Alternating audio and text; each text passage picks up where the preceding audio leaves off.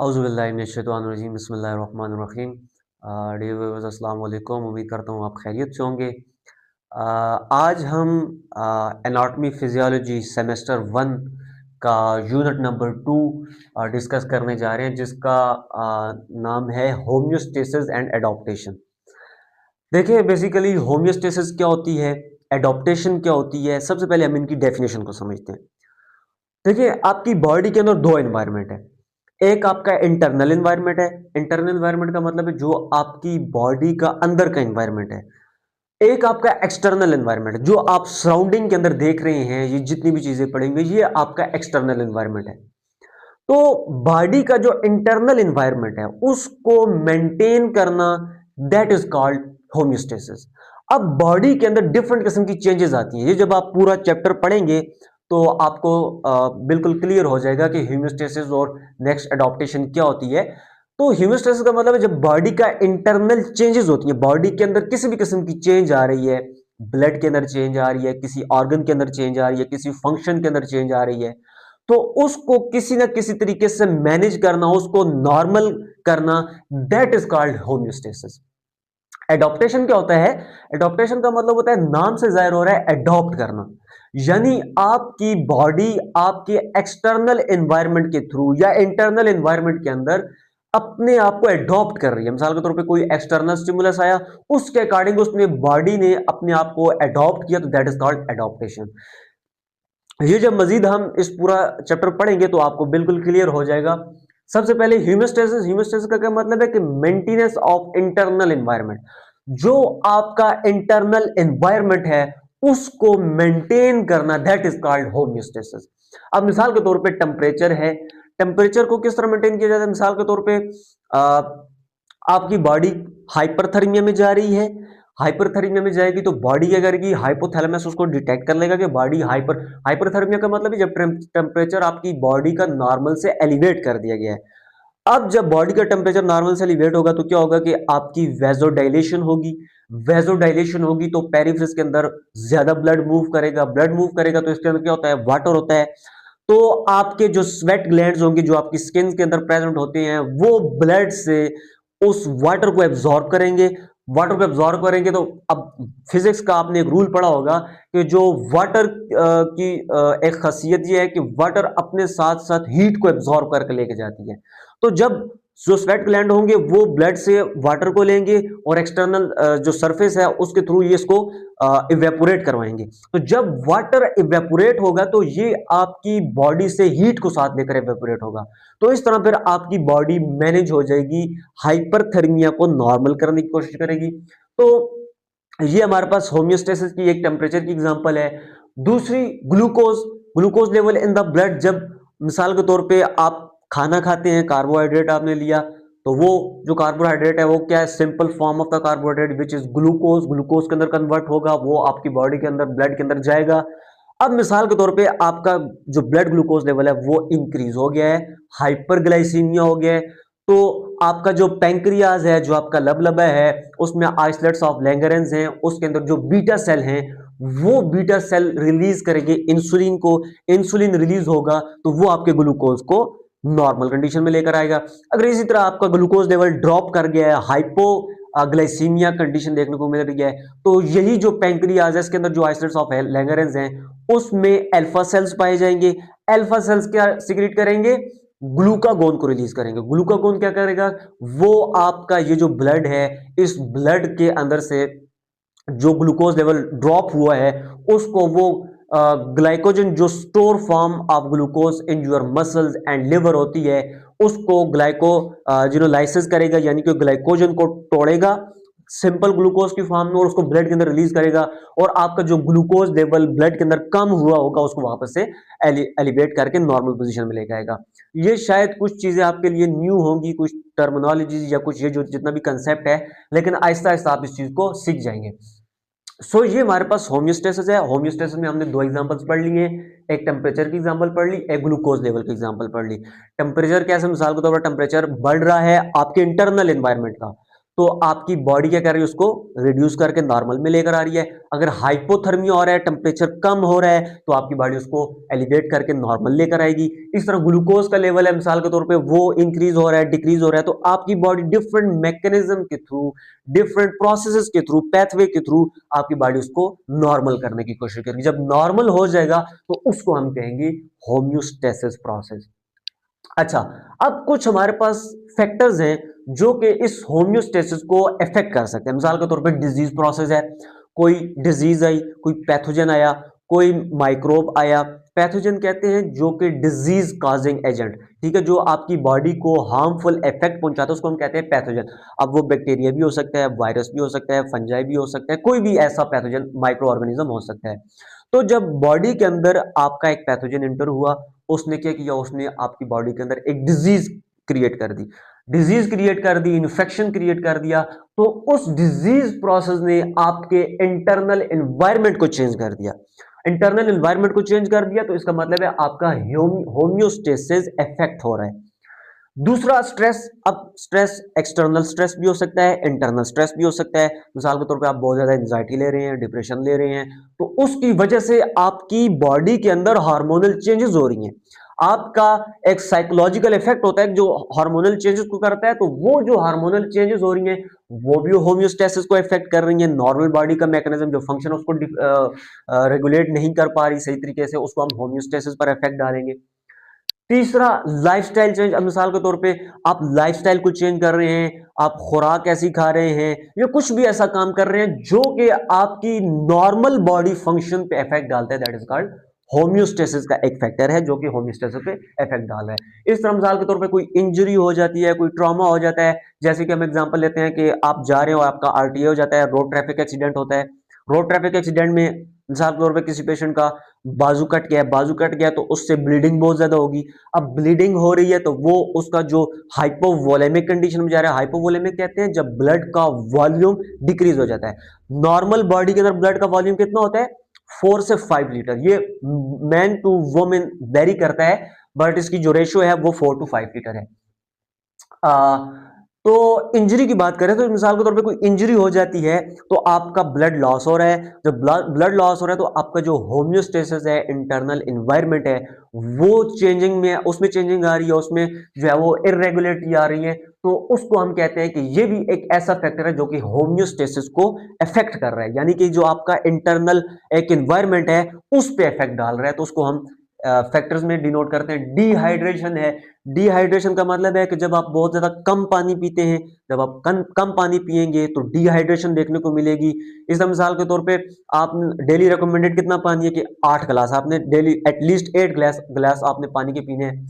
अगर आप बहुत कम पानी पी रहे हैं, 2 गिलास पी रहे हैं, 3 गिलास पी रहे हैं, तो आपका ब्लड का वॉल्यूम अगेन जो है वो हाइपो में जाएगा, हाइपोवोलेमिक कंडीशन देखने को मिलेगी। जब हाइपोवोलेमिक कंडीशन होगी तो आपका बीपी ड्रॉप करेगा, आपकी बॉडी के नॉर्मल फंक्शंस प्रॉपर नहीं होंगे। तो ये एक फैक्टर है होम्योस्टेसिस पे इफेक्ट डाल रहा है, यानी कि जो आपका इंटरनल एनवायरनमेंट है उस पे इफेक्ट डाल रहा है। लास्ट एग्जांपल में टेम्परेचर, टेम्परेचर हमने ऊपर भी समझा है कि टेम्परेचर बॉडी के अंदर कैसे इफेक्ट डालता है।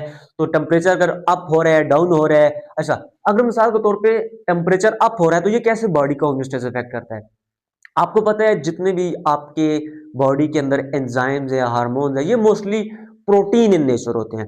तो अब जब ये जो टेम्परेचर है ये जो राइज करेगा, नॉर्मल से राइज करेगा, तो वो आपके जो एंजाइम्स हैं उनको या तो इनएक्टिवेट कर देगा, यानी उनका जो नॉर्मल फंक्शन है या तो उसमें उसको इनएक्टिवेट कर देगा या उसको डीनेचर कर देगा। क्योंकि जब प्रोटीन को हीट अप मिलती है एक्सटर्नल, जब एनवायरनमेंट से टेम्परेचर बहुत ज्यादा मिलता है या इंटरनल एनवायरनमेंट से, तो वो जो प्रोटीन होते हैं वो डीनेचर हो जाते हैं। इस तरह मिसाल के तौर पे ये आप अंडा होता है ना, अंडा एग, आप उसको तोड़ते हैं और उसको फ्राई पैन पे डालते हैं, तो अब उसके अंदर क्या है, प्रोटीन है। अब वो प्रोटीन पहले लिक्विड फॉर्म में था, अब सॉलिड में कन्वर्ट हो रहा है, तो वो डीनेचुरेशन हो रही है। तो इस तरह बॉडी के अंदर भी जो एंजाइम्स होते हैं ये प्रोटीन नेचर होते हैं। अगर इनको हाइपरथर्मिया मिलता है, ज्यादा टेम्परेचर मिलता है, तो ये या तो इनएक्टिवेट फॉर्म में चले जाते हैं या ये डीनेचुरेशन में चले जाते हैं। सो इस तरह टेम्परेचर आपका जो है वो आपके होम्योस्टेसिस पे इफेक्ट डाल रहा है, क्योंकि आपको पता है जो आपके एंजाइम्स होते हैं वो आपकी नॉर्मल बॉडी फंक्शंस के लिए बहुत ज्यादा इंपॉर्टेंट होते हैं। सो होम्योस्टेसिस देख लिया, फैक्टर्स देख लिए। अब हम आते हैं फीडबैक मैकेनिज्म। फीडबैक मैकेनिज्म का क्या मतलब है? Process of body to return in homeostasis और नॉर्मल स्टेबल बॉडी पार्ट। अब मिसाल के तौर पे आपकी बॉडी, ये जितने भी हमने फैक्टर्स पढ़े हैं, अब ये फैक्टर्स आपकी बॉडी के अंदर चेंजेस ला रहे हैं। अब ये जो चेंजेस बॉडी के अंदर आ रही हैं इन फैक्टर्स के थ्रू, उसको बॉडी कैसे नॉर्मलाइज करेगी? That is called feedback mechanism. Feedback mechanism क्या होता है? मिसाल के तौर पे आप किसी से बात करते हैं तो आप कहते हैं कि भाई अब मुझे इस बात का फीडबैक दो। फीडबैक यानी जो रिस्पांस होता है आपका अगले बंदे का। तो बॉडी के अंदर ये जो फैक्टर्स ने एक सिचुएशन क्रिएट कर दिया बॉडी के अंदर, तो अब आपकी बॉडी जाहिर सी बात है उसको तो कोई फीडबैक तो देगी ना, कोई रिस्पांस तो देगी, उसको नॉर्मल करने की कोशिश करेगी। तो that is called feedback mechanism. अब ये जो फीडबैक मैकेनिज्म है, इसमें बेसिकली दो किस्म के फीडबैक मैकेनिज्म आते हैं। एक पॉजिटिव फीडबैक होता है, एक नेगेटिव फीडबैक होता है। वो हम आगे डिस्कस करेंगे। सबसे पहले आप तो ये समझिए कि जो फीडबैक मैकेनिज्म है, इसके कौन से कंपोनेंट्स हैं, किन कंपोनेंट्स के थ्रू आपकी बॉडी सेंस करती है, नर्वस सिस्टम के पास जाती है और फिर इफेक्टर के पास जाती है। तो जो component of the feedback mechanism है वो हमारे पास तीन है। एक रिसेप्टर है, एक हमारे पास कंट्रोलर है और एक हमारे पास इफेक्टर है। रिसेप्टर का मतलब होता है जब कोई एक्सटर्नल स्टिमुलस आया, और वो मिसाल के तौर पे मैं एग्जांपल देता हूं कि मुझे यहां पे मैंने टेम्परेचर रखा, कोई हाथ रखा, तो अब इस हाथ का मेरा टेम्परेचर कम है, तो मुझे यहां पे ये जो स्किन है इसके ऊपर क्या प्रेजेंट है? रिसेप्टर्स प्रेजेंट हैं। अब कोई भी ऑर्गन, मिसाल को जहां पे भी स्ट्रेस आ रहा है, जहां भी स्टिमुलस, स्टिमुलस का मतलब होता है चेंज इन द बॉडी, कोई भी चेंज बॉडी के अंदर आ रही है तो उस ऑर्गन के ऊपर सेंसर्स लगे होंगे। मिसाल के तौर पर ये मैंने स्किन पे हाथ रखा, तो अब इसके ऊपर रिसेप्टर्स लगे हुए हैं, अब वो उनको सेंस करेंगे। अब ये जो सेंसस ने किया, अब इस मैसेज को, ये जो ऊपर लगा हाथ पे, अब इस पे जो न्यूरॉन्स हैं, इसने इसको इलेक्ट्रिकल सिग्नल्स के अंदर कन्वर्ट किया। इलेक्ट्रिकल सिग्नल्स के थ्रू इसने पूरा ये जो नर्व्स है, इस नर्व के थ्रू ब्रेन को भेज दिया, सेंट्रल नर्वस सिस्टम को भेज दिया। सेंट्रल नर्वस सिस्टम में दो चीजें आती हैं, स्पाइनल कॉर्ड और ब्रेन। अब ये स्पाइनल कॉर्ड के पास गया, स्पाइनल कॉर्ड के थ्रू ब्रेन के पास गया। अब ब्रेन क्या है? कंट्रोलर है, ठीक है। और ब्रेन में क्या आता है? ब्रेन कंट्रोलर सिस्टम में कौन कौन से आते हैं? Brain and spinal cord. अब ये जो ब्रेन और स्पाइनल कॉर्ड होते हैं, ये उस मैसेज को, जो मैसेज आया है किसकी तरफ से? रिसेप्टर्स की तरफ से, उसको रिसीव किया, उसको एनालाइज करेगा। अब मिसाल के तौर पे टच हुआ, इस टच को इसने लेकर ब्रेन के पास गया। अब ब्रेन ने इसको एनालाइज किया कि ये जो टच हुआ है ये हॉट है कि कोल्ड है, टेम्परेचर की बात कर रहा हूं। तो अब मिसाल के तौर पे ये टेम्परेचर कोल्ड है, तो अब ये जो कंट्रोलर है ये क्या करेगा? ये इफेक्टर को मैसेज भेजेगा, ठीक है। हमारे पास न्यूरॉन्स होती है ना, एक हमारे पास रिसेप्टिव न्यूरॉन्स होती है, एक इफेक्टर न्यूरॉन्स होती है, यानी कि एक सेंसरी न्यूरॉन्स होती है, एक मोटर न्यूरॉन्स होती है। सेंसरी वो होती है जो कि सेंस को लेकर जाती है कंट्रोल सिस्टम के पास, और ये जो कंट्रोलर सिस्टम होता है ये मोटर न्यूरॉन के थ्रू जो आपका रिस्पेक्टिव ऑर्गन होता है जहां पे मैसेज पहुंचाना होता है उसको मैसेज देता है और फिर वो अपना एक्शन परफॉर्म करता है। तो सिंपल आपको क्या समझना चाहिए कि रिसेप्टर है, उसने सेंस किया किसी चीज को, कंट्रोलर है, उसने उसको एनालाइज किया, एनालाइज का मतलब है उसको इंटरप्रेट किया, उसके बाद उसने मैसेज भेजा किसको? इफेक्टर को। अब इफेक्टर आपकी मसल्स हो सकती है, आपका ग्लैंड हो सकता है, कोई भी रिस्पेक्टिव पार्ट हो सकता है। अब मिसाल के तौर पे गया, सीएनएस के पास गया, उसने वापस से इफेक्टर को मैसेज भेजा कि ये जो टेम्परेचर है ये कोल्ड है, तो अपना हाथ तुम साइड पे कर लो, तो आपकी मसल कंट्रैक्शन होगी और वॉलंटरली आप इसको जो है वो अपने हाथ को दूर कर लेंगे। इसकी एग्जांपल मैं आपको ऐसे देता हूं, मिसाल के तौर पे आप घर में हैं, किचन में हैं, और किचन के अंदर आपने जो है वो एक बाउल के अंदर आप दूध उबाल रहे हैं, आपको पता नहीं चलता, आप मोबाइल में लगे या कोई भी आप मतलब कुछ समझ नहीं आई और आपने एकदम से उस बाउल को हाथ लगाया, तो एकदम से आपका हाथ पीछे होता है। क्यों? ये सबसे पहले क्या, वो रिसेप्टर आपका हाथ उस बाउल के साथ लगा, उसने बहुत ज्यादा टेम्परेचर था, उसने ये जो स्किन के रिसेप्टर्स हैं इन्होंने रिसीव किया, किसको भेजा? ब्रेन को भेजा। ब्रेन ने उसको सेंस किया, यार ये तो बहुत ज्यादा हाई टेम्परेचर है, अगर ये इसी तरह हाथ लगा रहा तो ये अब तुम्हारे हाथ को जला देगा, तो ब्रेन ने क्या वापस से रैपिडली इफेक्टर को मैसेज भेजा कि मसल कंट्रैक्ट हो और इस हाथ को पीछे करो, तो आपकी सडन मसल कंट्रैक्शन होती है और आपका हाथ पीछे आ जाता है। अब ये इनवॉलेंट्री कंट्रैक्शन है, दो वॉलेंट्री कंट्रैक्शन होती है, एक हमारे पास इनवॉलेंट्री कंट्रैक्शन होती है, एक वॉलेंट्री कंट्रैक्शन होती है। वॉलेंट्री का मतलब है, अब मिसाल के तौर पर ये मैं वॉलेंट्री कंट्रैक्शन कर रहा हूं, वॉलेंट्री मूवमेंट है मेरी, मतलब कि मैं चाह रहा हूं तो हाथ खोल रहा हूं, मैं चाह रहा हूं तो हाथ बंद कर रहा हूं। इनवॉलेंट्री मूवमेंट, इनवॉलेंट्री मूवमेंट का मतलब होता है कि आपका जिस्म उसको आपकी मर्जी के बगैर मूवमेंट परफॉर्म करवा देता है। जिस तरह मैं आपको सिंपल एग्जांपल देता हूं, आपका ये जो दिल है, अब दिल आपका पंप कर रहा है आपकी मर्जी के बगैर, आप चाहें ना चाहें आप इसको रोक नहीं सकते। जब ये रुक गया तो फिर आप भी रुक जाएंगे। तो ये क्या होगा, कंपोनेंट्स ऑफ फीडबैक मैकेनिज्म हो गया। अब हम नेक्स्ट पढ़ते हैं पॉजिटिव फीडबैक और नेगेटिव फीडबैक। नाउ अब हमारे पास जो है वो आता है negative feedback and positive feedback mechanism. तो दो दो एग्जांपल से हम जो है वो नेगेटिव और पॉजिटिव फीडबैक मैकेनिज्म को समझेंगे। सबसे पहले तो ये समझते हैं कि ये जो नेगेटिव और पॉजिटिव फीडबैक मैकेनिज्म है, ये बेसिकली होता क्या है। अब ये जो नेगेटिव फीडबैक मैकेनिज्म है, नेगेटिव फीडबैक मैकेनिज्म का मतलब है कि जब अगर आपकी बॉडी के अंदर कोई चेंज हो रही है और आपकी बॉडी समझती है कि इस चेंज की वजह से बॉडी के अंदर कोई वर्सन कंडीशन आ रही है, तो वो उस चेंज के ऑपोजिट वर्क करता है। मिसाल के तौर पे अब एग्जांपल हम देंगे तो आप समझ जाएंगे कि उसमें सबसे पहले एग्जांपल हम देते हैं टेम्परेचर की। टेम्परेचर में क्या होता है कि जब आपकी बॉडी हाइपरथर्मिया में चली जाती है, यानी कि टेम्परेचर जब इंक्रीज हो जाता है बॉडी का, तो detect by thermo receptor in skin and hypothalamus. आपकी ये जो स्किन है इसके अंदर रिसेप्टर्स लगे होते हैं, थर्मो रिसेप्टर्स। थर्मो रिसेप्टर्स का मतलब होता है जो हीट को सेंस करते हैं, आपके टेम्परेचर को सेंस करते हैं कि आपका टेम्परेचर एलिवेट या कम तो नहीं हो रहा। तो स्किन के अंदर भी होते हैं। और हाइपोथैलेमस, हाइपोथैलेमस ये आपका जो ब्रेन है ना, इस ब्रेन के पोस्टीरियर, ये जब आप जाएंगे सेकंड सेमेस्टर में आई थिंक सो, आप पढ़ेंगे ब्रेन के डिफरेंट पार्ट्स को, तो उसमें आप हाइपोथैलेमस देखेंगे कि हाइपोथैलेमस बेसिकली इसको हम थर्मोस्टेट भी कहते हैं, क्योंकि ये बॉडी के और भी बहुत सारे फंक्शन करता है, लेकिन एक इसका फंक्शन ये है कि ये आपकी बॉडी के अंदर टेम्परेचर की रेगुलेशन करता है। अगर टेम्परेचर इंक्रीज है तो उसको डिक्रीज करेगा, अगर डिक्रीज है तो उसको इंक्रीज करेगा। तो ये क्या होगा, जो हाइपोथैलेमस होगा इसके अंदर भी थर्मोस्टेट रिसेप्टर लगे होंगे। अब ये जो थर्मो रिसेप्टर्स होंगे, अब ये क्या करेंगे, ये जो हीट को इन्होंने सेंस कर लिया, टेम्परेचर हाई है, तो ये वापस से रिस्पांस सेंड करेंगे किसको, स्वेट ग्लैंड्स को एंड ब्लड वेसल्स को। स्वेट ग्लैंड्स को ये रिस्पांस जो है वो भेजेंगे कि आप जो अपना स्वेट को रिलीज कर रहे हो वो इंक्रीज कर दो। जब वो स्वेट को रिलीज इंक्रीज करेंगे, अब मिसाल के तौर पर मैं आपको एग्जांपल ऐसे देता हूं कि ये लेट्स सपोज स्वेट ग्लैंड है, कहां पे बनाए, इधर बनाते हैं। ये लेट्स सपोज आपका स्वेट ग्लैंड है, ठीक है। इसके नीचे आ रही होती है ब्लड वेसल्स, ठीक है, ब्लड कैपिलरीज आ रही होती हैं। अब ये क्या करेगा, सबसे पहले तो वेजो डायलेशन करवाएगा। वेजो डायलेशन होगी, लेट्स सपोज पहले इतनी ब्लड वेसल्स थी, अब इतनी ब्लड वेसल्स हो गई है। अब ब्लड वेसल्स इंक्रीज हो रही है तो ये जो अंदर का ल्यूमेन है ये इंक्रीज हो रहा है, तो ये जब इंक्रीज होगा तो पीछे से ब्लड ज्यादा अंदर आएगा। जब ब्लड ज्यादा अंदर आएगा, वेजो डायलेशन हो रही है, तो जो आपके पास स्वेट ग्लैंड है ये इससे ब्लड से ज्यादा वाटर की एब्जॉर्प्शन करेंगे। ज्यादा वाटर की एब्जॉर्प्शन करेंगे तो बॉडी के अंदर से ज्यादा हीट को इवेपोरेट करवाएंगे।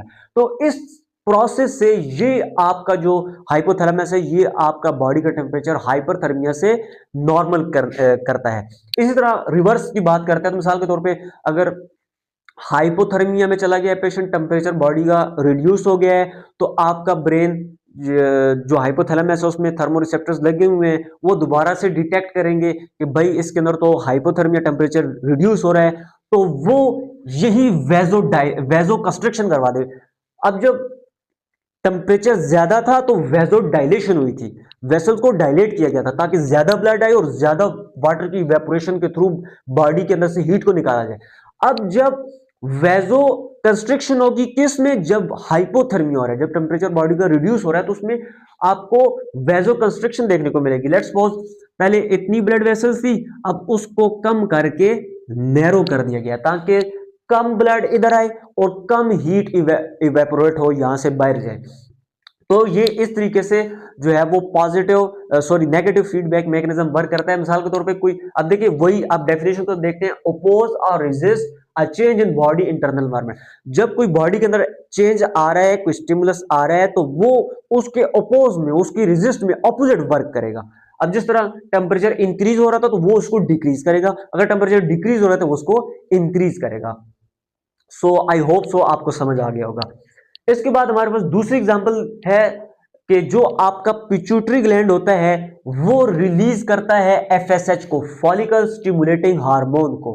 अब ये जो फॉलिकल स्टिमुलेटिंग हार्मोन होता है फीमेल के अंदर ये जाता है और एस्ट्रोजन की प्रोडक्शन करवाता है। कहां से? Ovarian follicle. लेट्स सपोज ये ओवरी है, इसके अंदर ओवरियन फॉलिकल्स हैं, डिफरेंट ओवरियन फॉलिकल्स होते हैं। वो जो ओवरियन फॉलिकल्स होते हैं वो प्रोडक्शन ऑफ द एस्ट्रोजन के लिए रिस्पॉन्सिबल होते हैं। किसके रिस्पॉन्स में? एफएसएच के रिस्पॉन्स में। तो ये एफएसएच के रिस्पॉन्स में इसने जो ओवरियन फॉलिकल्स हैं एस्ट्रोजन को बनाया। अब ये जो एस्ट्रोजन होंगे ये ब्लड के अंदर ट्रेवल करेंगे। ब्लड के अंदर जब देखेगा आपका ब्रेन या आपके जो इसके डिटेक्टिव रिसेप्टर्स होंगे कि भाई एक पीक पर पहुंच गया है, जब मिसाल के तौर पे नॉर्मल पहुंच गए हैं तो अब जो आपका पिट्यूटरी ग्लैंड हाई एफएसएच को रिलीज कर रहा था ये इसको रिलीज करना स्टॉप कर देगा। जब एफएसएच रिलीजिंग स्टॉप हो जाएगी तो आपके ये जो ओवरियन फॉलिकल्स हैं इस पर जाकर एक्ट नहीं करेंगे। जब इस पे एक्ट नहीं होगा तो एस्ट्रोजन की प्रोडक्शन नहीं होगी।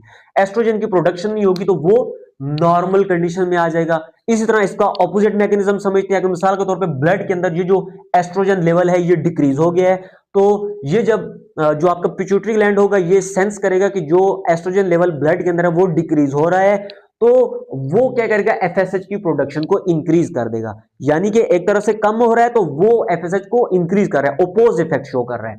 जब एफएसएच इंक्रीज होगा वो जाएगा ओवरियन फॉलिकल्स पे जाकर इफेक्ट करेगा और वहां से मोर एस्ट्रोजन की प्रोडक्शन होगी। जब मोर एस्ट्रोजन की प्रोडक्शन होगी तो आपके पास दोबारा से जो लो लेवल ऑफ एस्ट्रोजन था वो ब्लड के अंदर राइज हो जाएगा। इस तरह से हमारे पास नेगेटिव फीडबैक के अंदर दो एग्जांपल्स हमने समझी है। इसके बाद हम जो है वो पॉजिटिव फीडबैक की तरफ मूव करते हैं। पॉजिटिव फीडबैक में हमारे पास क्या होगा कि लेट्स सपोज अगर कोई एक्शन बॉडी के अंदर हो रहा है, ठीक है, ये लेट्स सपोज कोई एक्शन बॉडी के अंदर हो रहा है, आपकी बॉडी इस एक्शन को और ज्यादा तेज कर देती है ताकि आपकी बॉडी को बेनिफिशियल इफेक्ट मिले। अब मिसाल के तौर पे एग्जांपल को हम समझते हैं कि इसकी पॉजिटिव फीडबैक की डेफिनेशन क्या है? Bring change in same direction. मिसाल के तौर पे कोई एक्शन हो रहा है उसी की सेम डायरेक्शन में वो उस एक्शन को और ज्यादा इंप्रूव कर देगी, तो that is called positive feedback mechanism. इसकी एग्जांपल में हमारे पास जो है वो दो एग्जांपल्स आती है, एक ब्लड क्लॉटिंग आती है और एक हमारे पास जो है वो चाइल्ड बर्थ की आती है। सबसे पहले हम ब्लड क्लॉटिंग वाली समझते हैं कि लेट्स सपोज आपकी बॉडी में कोई इंजरी आई, इंजरी आएगी तो जाहिर सी बात है कट लगा है तो ब्लीडिंग होगी। ब्लीडिंग होगी तो नॉर्मल बॉडी का मैकेनिज्म क्या है कि नॉर्मल जो है वो आपके जो प्लेटलेट्स होते हैं ब्लड के अंदर, platelets is a blood cells, ठीक है, जो कि ब्लीडिंग को स्टॉप करने में हेल्प करते हैं। तो कोई इंजरी हुई, ब्लीडिंग हुई, तो ये जो प्लेटलेट्स होंगे ये उस इंजरी साइड पे मूव करेंगे।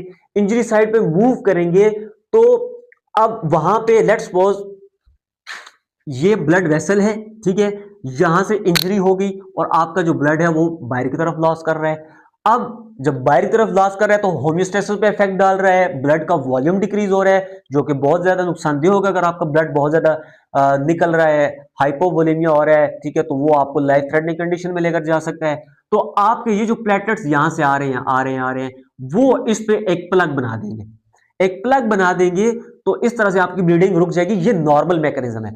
अब मिसाल के तौर पे इस मैकेनिज्म के अंदर क्या होगा कि ब्लड सेल आ रहे हैं तो अब ये थोड़े आ रहे हैं, तो आपकी बॉडी जो बॉडी के दूसरे रीजन्स पे जो है वो प्लेटलेट्स पड़े हुए हैं वो उन प्लेटलेट्स को भी इधर लाएगी। भाई सारे प्लेटलेट्स इधर आओ, सारे नहीं लेकिन मेजॉरिटी मैक्सिमम प्लेटलेट्स को यहां पे कॉल की जाती है कि आप सब लोग यहां पे आए।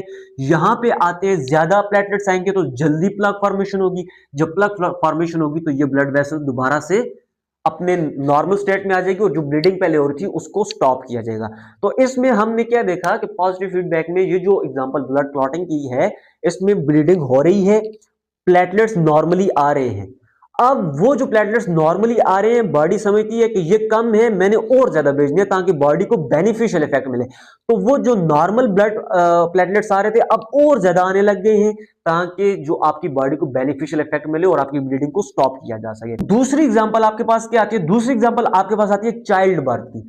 चाइल्ड बर्थ में बेसिकली क्या होता है कि जब एक फीमेल प्रेग्नेंट होती है और उसका जो लास्ट ट्राइमेस्टर चल रहा होता है तो उसके अंदर जो नॉर्मल रिलीज ऑफ जो है वो ऑक्सीटोसिन हो रहा होता है।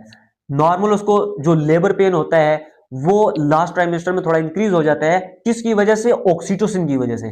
ऑक्सीटोसिन का क्या काम है कि वो आप उसका एक काम यह है कि वो आप जो फीमेल की यूट्रस होती है उसके अंदर कंट्रैक्शन लेकर आती है।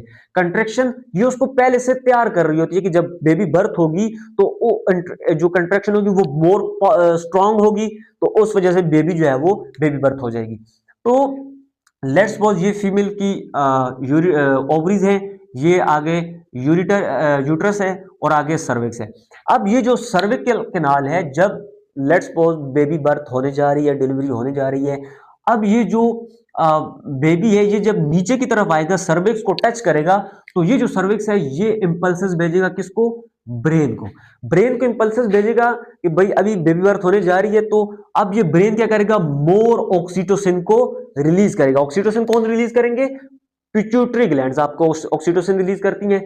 जब ज्यादा ऑक्सीटोसिन रिलीज हो रही हैं तो जो यूट्रस है उसमें मोर पावरफुल कंट्रैक्शन होगी। जब पावरफुल कंट्रैक्शन होगी तो ये यूट्रस के अंदर जो बेबी है वो इजीली नीचे आ जाएगा।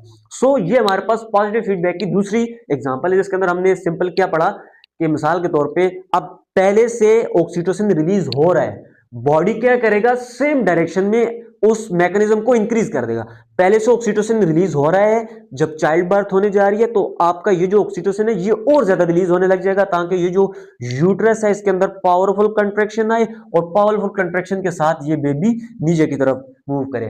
तो ये हमारे पास जो है वो आपका एनाटॉमी फिजियोलॉजी का चैप्टर नंबर 2 है फर्स्ट सेमेस्टर का, जिसमें हमने होम्योस्टेसिस एंड एडॉप्टेशन को कवर किया है।